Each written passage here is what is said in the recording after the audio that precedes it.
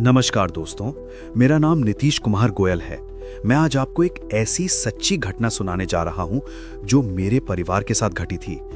एक ऐसी कहानी जो हंसी, खुशी और उमंग के माहौल में आई, एक ऐसी दहशत से भरी है जिसने हमारे गांव की शांति भंग कर दी।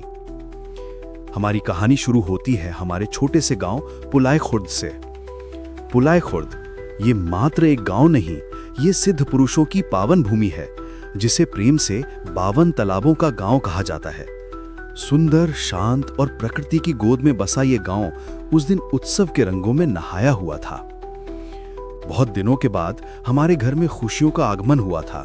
मेरी बड़ी दीदी ने एक साथ 2 शिशुओं को जन्म दिया था, एक नन्हा बालक और एक प्यारी बालिका।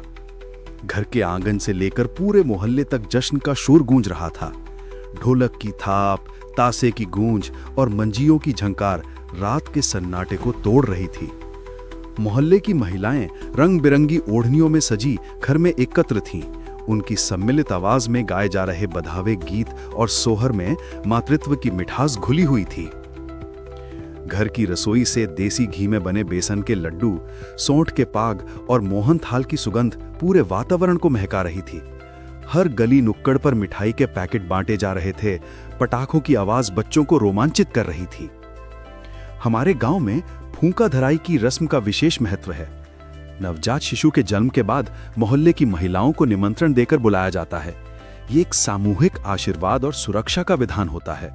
महिलाएं एकत्र हुईं, रस्म पूरी की गई और बड़े बुजुर्गों की उपस्थिति में बच्चों का नामकरण संस्कार भी शांतिपूर्ण तरीके से संपन्न हो गया। हर तरफ आनंद और उत्साह का ज्वार था। यहां तक सब कुछ ठीक चल रहा था, लेकिन इस संपूर्ण उत्साह के केंद्र में एक गहन समस्या ने चुपके से अपनी जगह बना ली थी। हमारी दीदी को 2 दिनों से दूध नहीं आ रहा था। दोनों छोटे शिशु भूख से व्याकुल थे। उनकी पतली सी रोने की आवाजें उत्सव के शोर के बीच भी माँ बाप के दिल को चीर रही थी। तभी किसी बड़े बुजुर्ग ने एक पुरानी चमत्कारिक मान्यता का जिक्र किया। यहाँ पास ही में एक गांव है बालोन। उस गांव के एक प्राचीन तालाब के पानी में चमत्कार है। ऐसी मान्यता है कि जिस स्त्री को दूध नहीं आता, अगर वो उस तालाब का पानी पी ले तो उसकी ये समस्या दूर हो जाती है। घर में आशा की एक लहर दौड़ गई। बिना किसी देरी के हमारे ताऊ जी के लड़के, मेरे बड़े भाई, ने इस चमत्कारी जल को लाने का निर्णय किया। बड़ों के कहने पर वो अकेले ही इस महत्वपूर्ण यात्रा पर निकल पड़े।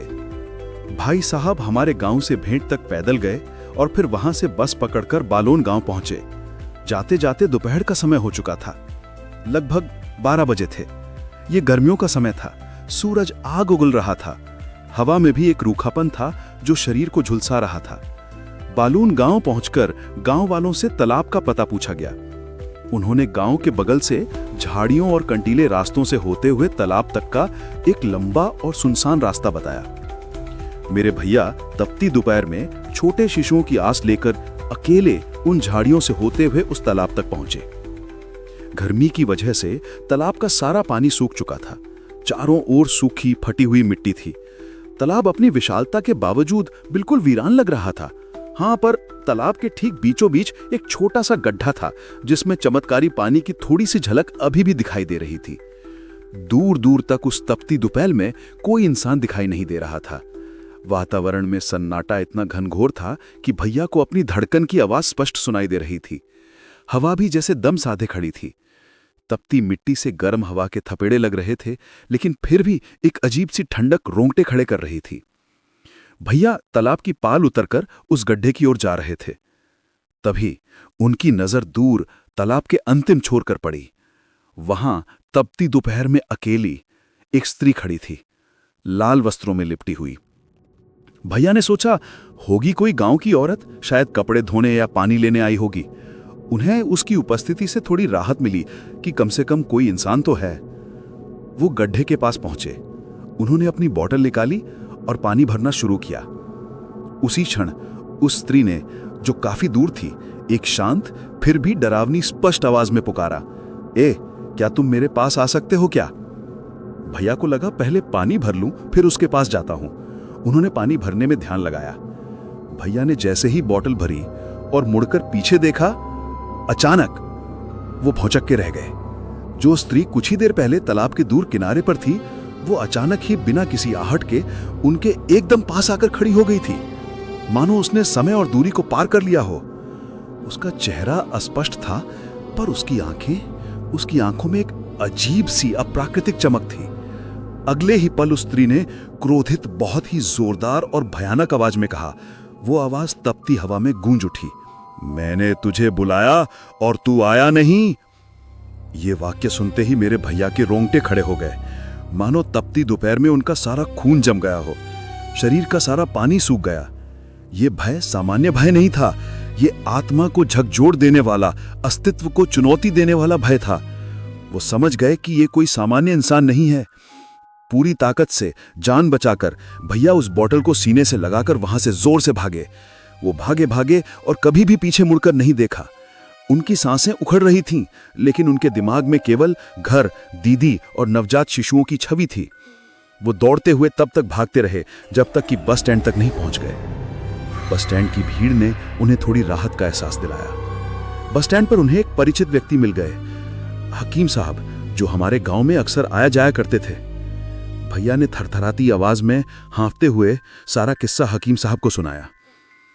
भैया की बातें सुनकर हकीम साहब का चेहरा गंभीर हो गया। उन्होंने धीमी आवाज में कहा, हे राम, बेटा, तुमने जिस साये को देखा है उसका अस्तित्व इस जगह पर बहुत समय से है। ये जो लाल वस्त्र वाली स्त्री का साया है, ये अक्सर दिखाई नहीं देता है। कुछ चुनिंदा लोग किसी विशेष समय पर ही इसको देख पाते हैं। मुझे नहीं पता आज तुमने इसको कैसे देख लिया। ये सुनते ही भैया के सर से लेकर पांव तक एक सरसराहट दौड़ गई। उन्होंने तुरंत बस पकड़ी और सीधे अपने घर आ गए। घर पहुंचकर भैया ने जब पूरा किस्सा परिवार को सुनाया तो उत्सव का सारा माहौल, सारी खुशी अचानक भय और दहशत के एक घने अंधेरे में डूब गई। परिवार में एक डर का माहौल बन गया। सभी भैया को डांटने लगे कि इतना भयानक साया होने पर भी तुम अकेले उस तालाब तक क्यों गए। बच्चों के लिए लाया गया चमत्कारी पानी अब भय के साये में लिपटा हुआ था। आज भी जब कभी मेरे भैया इस घटना के बारे में बात करते हैं तो उस तपती दोपहर में अनुभव किए गए अज्ञात भय की रेखाएं उनके मस्तक पर स्पष्ट दिखाई देने लगती हैं। ये साया पुलाए खुर्द की खुशियों के बीच आया, एक ऐसा रहस्य बन गया जिसे हम कभी नहीं भूल पाए।